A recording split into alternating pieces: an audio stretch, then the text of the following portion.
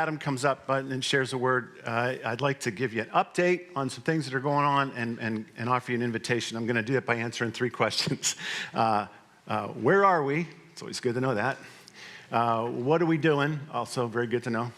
And what are we going to be asking of you and one another in the next 60 to 90 days? So where are we? Well, we're continuing an almost 15-year journey that started in the rec center, which, by the way, is where the Northwest Church is meeting again right now, which is kind of fun. It was a time when we had very little interest in buildings. And instead, we funneled nearly 17% of what you gave into global missions. I don't know if you were part of the church back then, but it was a really, really fun time. We contributed to some orphanages that at different times had up to 40 total children off the streets that were at risk or orphaned. I don't know this exactly. Adam, you probably know better than I do. I think we've graduated 3 from college already. And there's a handful that are going through college right now.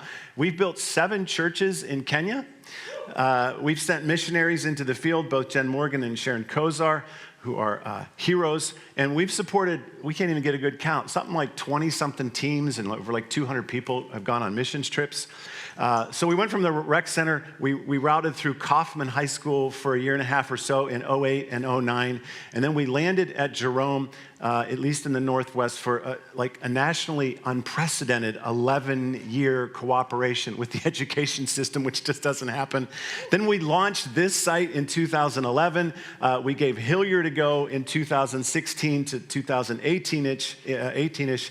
And then we bought this building at the end of, 2016, the same year we launched in Hilliard. We have since converted, as many of you know, this facility into really a bona fide hub, as we've always dreamed of kingdom cooperation and ministry. We're helping 3 other churches right now. You know about the Bloom Free Store. We've got the Westerville, I think it was, is it the Worship and Arts Center of Columbus? There we go, the WAC. We call it the WAC because I don't know what it means. I don't know how to say it, so we say WAC. We've got a couple recording studios that we help whoever needs it, and then we've obviously hosted a ton of events here. Thousands of people have been here and used this facility. We've broadcast, I don't know if you've ever done this math, we've broadcast the gospel essentially to about 50,000 people over the years through our Christmas event. We've discipled one another through groups in hundreds and thousands of people. We've dedicated hundreds and hundreds of children, possibly 500, and we've baptized close to 300 people. A large portion of which are adults that we just didn't anticipate. And we continue to pray through our blessed 10 lists for thousands of friends, families, teammates that still haven't found their way back to God. And, of course, we've navigated an historic first ever global pandemic.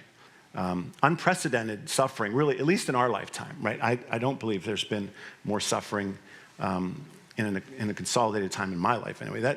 And it accelerated all sorts of new ways of functioning, whether it's business or entertainment, shopping, education, church is included. But it also disrupted all of those same segments in ways that it'll take years to recover from. People are going to do studies of this year and a half, 10, 20 years from now, and begin to understand the impact of it. The most socially and economically vulnerable are going to pay the higher price and are paying the higher price. And the isolation that came about through the pandemic has brought despair to millions of people. More than any time in memory, the world is grappling for truth. It's grappling for hope, belonging, worth, and failing to find it through an endless and ineffective array of efforts like financial security, reconciliation and equality initiatives, vaccination policies, wokeism, gender, political, and cause idolatry, religious fanaticism, billion-dollar fantasy-based industries of escapism through virtual gaming, sex, and relationships. What's shocking is that for the better part of 2 centuries, beginning in the late 1700s, Western cultures have been animated by a powerful hope that history was progressive, that the human race was moving inevitably toward creating a world of greater and greater safety, prosperity, and freedom. Popular figures wrote and taught and predicted that human reason, ingenuity, science, once freed from, superstitions of the past, would inevitably bring a better future. And although the final 4 decades of those 2 centuries were deeply anxiety-provoking as the world passed through 2 world wars, a pandemic, the Great Depression, and a nuclear-armed Cold War, the end of that Cold War in '98 revived the optimism and belief in human progress. But psychologists and philosophers and social scientists and the like struggle to explain the monumental collapse of hope over the last 30 years. Particularly when they fail to recognize this. The greatest threat to our hope for a better world is not human effort or natural environmental change, but the various evils that continually spring from the human heart. And here we are, part of God's church at a very significant crossroads, which could be the establishment of the future, not only for Vista, but alongside the church at large. This is it. To continue our lives together on a mission of hope to all those God would have us reach for Jesus' sake. So what are we facing right now? What are we doing? Well, it feels like God has pruned us and strengthened us in many ways through the pandemic, only to discover 70% of our congregation is sort of handcuffed in the Northwest, in a manner of speaking, uncertain of where to gather and to physically exist in their community in a way that's meaningful to that community. And we've got an opportunity together as a church to put another stake in the ground, to establish another beachhead like this one, to create another physical intersection for closer partnerships, kingdom work, and a space where non-believers and believers can overlap, to lower an anchor, if you will, and secure the Northwest Vista community and lean into our future and the future of God's church. That's where we're at. So what am I asking you? What are we asking one another to do? Here's the deal. We've got an opportunity, we've been talking about this, to acquire a facility that provides a wonderful place to gather in the Northwest area, provide a platform and a model for kingdom partnering, ministry cooperation, and a foundation for the future church. In really, really practical terms, it's a $4 million, 40,000 square foot project, the purchase of a facility on Franz Road. And it's going to be a stretch. It is going to be a stretch to acquire it. Steve Lindsay, the owner of that part of Lindsay Honda, is rightly holding to his current offer, generous as it is, holding there until the church expresses its will. That's a very important part of the progress. Even if we could go find the money and get Steve and the Lindsay family to give us the greatest deal in the world, it wouldn't be right if the church didn't speak through its own faith and its own giving first, and that's where we're headed. If everything comes together the way it will need to, then we'll do it. If it doesn't, we'll take it from God as though he has a different plan for us, which he certainly would. So no matter how it all turns out, whatever we discover God's plan to be for us, ultimately, here's what I'm asking you to do. Get ready for a relatively short but intense season of vulnerability, of trust in God, of courageous character development and intentional thought. This is what I mean by that. I'm inviting you, more than anything else, into faith work, heart work, and head work that leads not just to a location change, but life change. Here's what I mean. Faith and heart and head. Faith, where God intends his people to go, don't ever forget this, wherever God intends his people to go. We don't always know where that is, but we know this. It always requires faith from his people. Whatever and wherever God leads us to do, to give, or to go will require faith. Not just faith like I believe God exists or that he can do big things, but a faith that puts each of us into a space of dependence.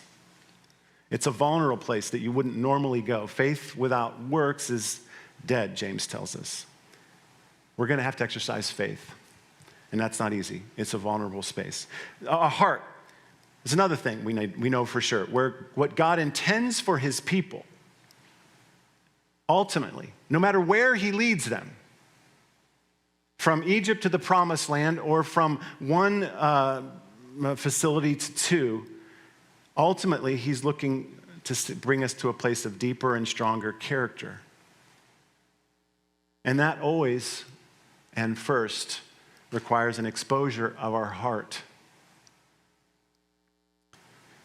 Here's one way to illustrate that. Here's the reason, in my opinion, that pastors don't talk about money. Because it exposes them. It exposes how well or how poorly discipleship has happened in our church, in our congregation. And it exposes how willing we are to acknowledge our own insufficiencies of heart. It's too exposing. As soon as we start talking about money, we all find out how attached we are to it and the comfort and the power it provides. And the first sign of attachment in this context is how quickly we question the asker. That's the reason pastors don't ask for money, because the first question is going to be, hey, who are you to say that? Well, what's up with you? Well, why are you doing that? Are you sure you're going to know what you're doing? Are you know what you're doing? Suddenly you get all these questions. We get questioned on our motives. We get questioned on our confidence and our competence. What's going to be done with the money? Instead of vulnerably, humbly going to God with open hands and asking for directions, we tend to react by questioning and resisting or even discrediting the ask. It's a heart issue. But the questions and the criticisms are legitimate. They're necessary. They're not wrong.